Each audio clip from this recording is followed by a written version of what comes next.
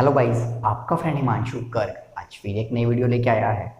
तो फ्रेंड्स, इस वीडियो में हम बात करेंगे सीबीएसई ने अपना ऑफिशियली इकोनॉमिक्स का सैम्पल पेपर निकाल दिया है। तो गाइस, इस वीडियो में पूरा उस डिटेल में समझेंगे कि भाई क्या क्या चेंजेस हुए हैं, क्या क्या पेपर के अंदर है। हमें भाई सैम्पल पेपर से होता क्या, एक आइडिया लग जाता है। ठीक है, तो गाइस बिना टाइम वेस्ट करते हम अपनी वीडियो को स्टार्ट करते हैं। गाइस, अगर आप मेरे चैनल पर नए हो तो यार चैनल को सब्सक्राइब कर लेना, बेल आइकन को प्रेस कर लेना, जिससे कि इसी तरह की कोई भी वीडियो आपकी मिस ना हो सके। और गाइस, अगर यार वीडियो अच्छी लगी हो तो वीडियो को लाइक कर लो और अपने दोस्तों के साथ शेयर कर दो, जिससे कि उनको भी पता चल सके कि भाई क्या क्या चेंजेस हुए हैं, अब क्या पैटर्न रहने वाला है। ओके, तो गाइस वीडियो को स्टार्ट करते हैं। तो गाइस, जैसे कि अभी भाई कोरोना वायरस चल रहा है, ठीक है, तो आपके जो एग्जाम है उस पर भी इम्पैक्ट पड़ेगा, उस पर भी इम्पैक्ट पड़ेगा कोविड-19 का। जैसे कि गाइज अभी एक नोटिफिकेशन आ रहा था कि भाई आपका जो सिलेबस है वो 50% कम कर सकते हैं, ठीक है, और आपके जो एग्ज़ाम है वो भी अब अप्रैल में होने के चांसेस हैं। तो भाई डिले हो गया, ये जनरली फरवरी या मार्च में होता था, अब आपके एग्ज़ाम अप्रैल में होने की बात चल रही है। ठीक है, तो गाइज मैं अपने टॉपिक पे आता हूँ, लेकिन सैम्पल पेपर वाले पे। गाइज, इस साल का जो सैम्पल पेपर दिया है, सीबीएसई ने अनाउंस किया है ऑफिशियली, उसके अंदर क्या है। एक तो आपकी केस स्टडीज है, बिजनेस स्टडीज में केस स्टडीज आती थी, इस साल आपकी इकोनॉमिक्स में भी केस स्टडीज आएंगी। डेट मीन्स भाई कर क्या रहा है सीबीएसई, आपकी नॉलेज को चेक कर रहा है, आपके अंदर नॉलेज कितनी है।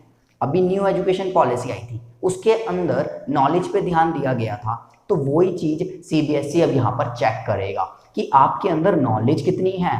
बच्चे चीजों को रट लेते हैं लेकिन समझते नहीं है, तो अब आपको चीजें याद भी होनी चाहिए और चीजें समझ में भी आनी चाहिए। ठीक है, तो गाइज मैं आपको बिल्कुल डिटेल में समझाऊंगा कि भाई सैम्पल पेपर में क्या क्या है, किस तरह के आपके क्वेश्चंस हैं, सब कुछ। तो गाइज हम चलते हैं अपनी मोबाइल स्क्रीन पे, वहां पर हम डिटेल में समझेंगे हर एक चीजों को कि भाई कैसा पेपर है, क्या होने वाला है। ठीक है गाइज, तो गाइज़ अब हम आ चुके हैं अपनी मोबाइल की स्क्रीन पे। तो गाइज़ अब हम डिटेल में समझते हैं कि भाई क्या क्या हमारा पैटर्न रहने वाला है सैम्पल पेपर का, किस तरह का हमारा पेपर होगा। इससे हमको एक आइडिया लग जाएगा कि भाई किस तरह का हमारा बोर्ड का एग्ज़ाम आने वाला है। तो गाइज़ हम डिटेल में बात करते हैं। देखो भाई, सैम्पल पेपर 2020-21 हमारा जो एग्ज़ाम है वो कब होगा, 21 होगा। तो ये क्या एक सैम्पल क्वेश्चन पेपर है कि इस तरह का आपका एग्ज़ाम होने वाला है, इस तरह का आपका एग्ज़ाम हो सकता है। ठीक है गाइज़, हमको पता है ये 12th क्लास की बात चल रही है। हमारा जो टाइम रहने वाला है वो 3 घंटे होगा एग्ज़ाम का। मैक्सिमम मार्क्स 80 होता है, ये हमको पता है। इकोनॉमिक्स का कोड 030 है। ठीक है, अब देखो गाइज़, अब हम पढ़ लेते हैं कुछ जनरल इंस्ट्रक्शंस कि भाई इन्होंने क्या जनरल इंस्ट्रक्शंस दिए हैं। तो हमको भाई पता है हमारा जो मैक्रो इकोनॉमिक्स है वो 40 नंबर की है, इंडियन इकोनॉमिक डेवलपमेंट 40 नंबर की है। तो गाइस इन्होंने हमको पहले पार्ट 1 दिया है, फिर पार्ट बी दिया है। इसी तरह से हमारा पेपर में होने वाला है, पहले मैक्रो इकोनॉमिक्स मिलेगी हमें, फिर दूसरी इंडियन इकोनॉमिक डेवलपमेंट मिलेगी। ठीक है, सेकेंड पॉइंट क्या दिया है गाइज इन्होंने, marks for questions are indicated against each question, मतलब हर क्वेश्चन के आगे नंबर लिखे होंगे। देखो मैं आपको दिखाता हूँ, ये देखो ये क्या है भाई, हर क्वेश्चन के हमारे पहला क्वेश्चन 1 नंबर, तो इस तरह से हर क्वेश्चन पे हमारे मार्क्स लिखे होंगे। ठीक है, सेकेंडली गाइज क्वेश्चन नंबर 1 से लेके 10 तक, क्वेश्चन नंबर 18 से लेके 27 तक, इंक्लूडिंग 2 केस बेस्ड क्वेश्चंस, मतलब इसके अंदर क्या होने वाले हैं गाइज, क्वेश्चन नंबर 1 से लेके 10 तक और क्वेश्चन नंबर 18 से लेके 27 तक 2 हमारे केस बेस्ड क्वेश्चन होने वाले हैं। जैसे कि मैंने आपसे बोला था, केस स्टडीज़ टाइप से क्वेश्चन आएंगे। हम केस स्टडीज़ कब पढ़ते थे, बिजनेस स्टडीज़ में पढ़ते थे, अब हमको इकोनॉमिक्स में भी केस स्टडीज़ पढ़नी पड़ेंगी। मतलब खाली रटने से काम नहीं चलेगा, टॉपिक को समझना पड़ेगा, क्लियर करने पड़ेंगे हर एक पॉइंट। ठीक है, और गाइज इन्होंने एक चीज़ और बोली है, ये जो हमारे क्वेश्चन है 1 से लेके 10 तक, 18 से लेके 27 तक, ये 1 मार्क्स क्वेश्चन हैं। तो इनके अंदर एक वर्ड में आंसर होना चाहिए या फिर एक सेंटेंस में आंसर होना चाहिए। आपको उल्टी सीधी रामायण महाभारत नहीं लिखनी। ठीक है, पॉइंट टू पॉइंट आंसर करना है हमको। नेक्स्ट पॉइंट इन्होंने बोला है हमसे case based question are question number 7 to 10 and question number 25 to 27। अब गाइज इन्होंने मेरे को बता दिया कि भाई केस बेस्ड क्वेश्चन कौन कौन से हैं, 7 से लेके 10 तक हैं और 25 से लेके 27 तक हैं। ये भी क्या है, केस स्टडीज़ क्वेश्चन है। मैं आपको दिखाऊंगा अभी कैसे कैसे हैं case studies question. Next point क्या बोला है गाइज इन्होंने, 15 से लेके 12 तक और 28 से लेके 29 तक, मतलब 2 क्वेश्चन हो गए हमारे मैक्रो के और 2 हो गए आईईडी के, इंडियन इकोनॉमिक डेवलपमेंट के। ये कितने नंबर के हैं, 3 नंबर के। और गाइज एक चीज़ और बोल दी, are to be answered in 60 to 80 words each, मतलब इनका जो आंसर लिखना है ना आपको वो 60 से लेके 80 वर्ड के बीच में ही लिखना है। ज़्यादा रामायण वगैरह कुछ नहीं लिखनी, उल्टा सीधा कुछ नहीं लिखना, पॉइंट टू पॉइंट बातें लिखनी है। नेक्स्ट पॉइंट क्या दिया है भाई इन्होंने, question number 13, 14, 15, question number 30, 31, 32 are 4 marks. ये कितने नंबर के हैं, 4 नंबर के हैं और इनका जो आंसर आपको लिखना है ये 80 से 100 वर्ड्स के बीच में ही होना चाहिए। नेक्स्ट पॉइंट इन्होंने बोला है क्वेश्चन नंबर 16 से 17 और 33, 34, ये 6 मार्क्स के क्वेश्चन होने वाले हैं और इनका आंसर 100 से 150 वर्ड में ही लिखना है। इसमें भी आपको ज़्यादा कुछ एक्स्ट्रा नहीं लिखना। अब देखो गाइज इन्होंने एक पॉइंट बिल्कुल मैंशन कर रखा है, answer should be brief and to the point. To the point लिखना है, उल्टा सीधा कुछ नहीं लिखना। And the above word limit be added to as far as possible, मतलब जितना हो सके इस वर्ड लिमिट में ही काम करना है, एक्स्ट्रा या कम नहीं करना। ठीक है, अब देखो भाई अब मैं आपको दिखाता हूँ कुछ क्वेश्चंस कि भाई किस तरह के केस बेस्ड क्वेश्चंस आपके होने वाले हैं। ठीक है, आप ये सैम्पल पेपर तो यार डाउनलोड कर सकते हो साइट से भी, साइट पर अवेलेबल है। ठीक है, CBSE सैम्पल पेपर डाल देना, आपको मिल जाएगा। वैसे लो आप चाहे तो इसका स्क्रीनशॉट भी ले सकते हो।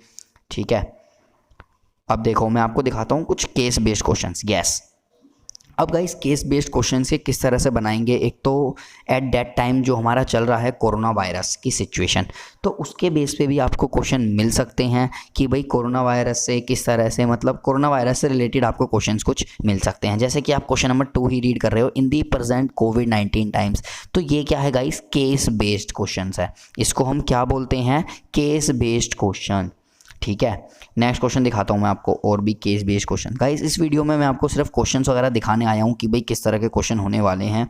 ठीक है, देखो और दिखाता हूँ मैं आपको केस बेस्ड क्वेश्चन। यस, एक और मिल गया। देखो क्वेश्चन नंबर 7 से लेके 10 तक कि ये एक क्या दे दी, एक पैराग्राफ दे दिया। भाई अभी तो हम इंग्लिश में पढ़ते आते थे पैराग्राफ, अब इन्होंने इकोनॉमिक्स में भी पैराग्राफ दे दिया। ठीक है, ये एक पैराग्राफ है, इसको रीड करना है, फिर उसके बेसिस पे क्वेश्चन नंबर 7 कौन कौन से क्वेश्चन करने हैं आपको देखो समझाता हूँ मैं आपको। उसके बेसिस पे आपको एक तो करना है क्वेश्चन नंबर 7, एक क्वेश्चन नंबर 8, ठीक है, और एक क्वेश्चन नंबर 9 है और एक क्वेश्चन नंबर 10 है आपका। तो ये आपके 4 क्वेश्चन हैं इस पैराग्राफ के बेसिस पे। ठीक है, चलो और दिखाता हूँ मैं आपको केस बेस्ड क्वेश्चन कि भाई किस तरह के हैं हमारे। यस, ये देखो क्वेश्चन नंबर 15 भी हमारा केस बेस्ड क्वेश्चन है। ठीक है, इंडिया GDP कॉन्ट्रैक्टेड टू 23.9%। ठीक है, इस तरह का ये क्या है भाई, हमारे केस बेस्ड क्वेश्चन है। State and discuss any 2 fiscal measures that be taken by the government of India to correct the situation indicated in the above news report, कि भाई किस तरह से हम इसको गवर्नमेंट ने मतलब किस तरह से सिचुएशन को कंट्रोल कर सकते हैं, क्या होगा, सब कुछ आपको इसके अंदर लिखना पड़ेगा। ठीक है, और दिखाता हूँ मैं आपको case based question.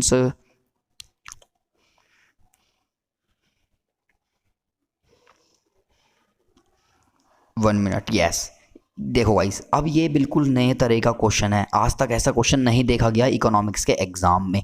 Read the following statement, ascertain and reason.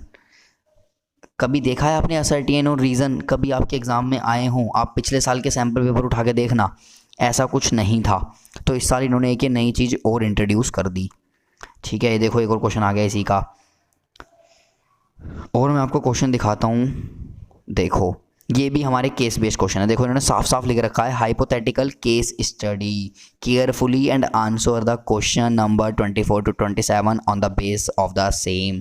मतलब इस केस स्टडी को पढ़ के आपको केयरफुली आंसर देने हैं, पूरा पहले समझना है क्या, कैसे कैसे होगा। ये देखो भाई पैराग्राफ आज तक आपने देखे हैं इकोनॉमिक्स में, इंग्लिश भी इन्होंने मतलब अब इसके अंदर डाल दी। भाई पैराग्राफ तो हमारे इंग्लिश में आते थे, अनसीन पैसेज वगैरह। ये देखो 24 क्वेश्चन करना है आपको केस स्टडी के बेस पे, कौन कौन से हैं, 24 से 27। ठीक है, तो देखो भाई 24 है, 25 है और 26 है। ठीक है, तो इस केस बेस्ड स्टडीज़ पे आपको ये क्वेश्चन अब करने होंगे, ठीक है। तो गाइज़ इस तरह का जो एग्ज़ाम है ये हमारा पहली बार हो रहा है केस बेस्ड स्टडीज़ पे, ठीक है। सेकेंडली आपको इसके अंदर असर्टेन और रीज़न वाले क्वेश्चन भी मिले हैं जो हमने आज तक नहीं देखे थे।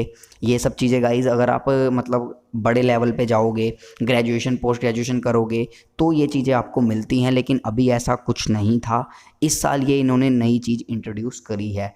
तो गाइज़ जितने ज़्यादा हो सकता है अपने टॉपिक को पढ़ो, क्लियर करो टॉपिक को, समझो हो क्या रहा है, रटना नहीं है, समझना है टॉपिक को कि भाई हो क्या रहा है एक्चुअल में, ठीक है। अपने कंसेप्ट्स पर पकड़ बनाओ, जितनी ज़्यादा हो सकती है कंसेप्ट को समझो, क्लियर करो अपने टॉपिक्स।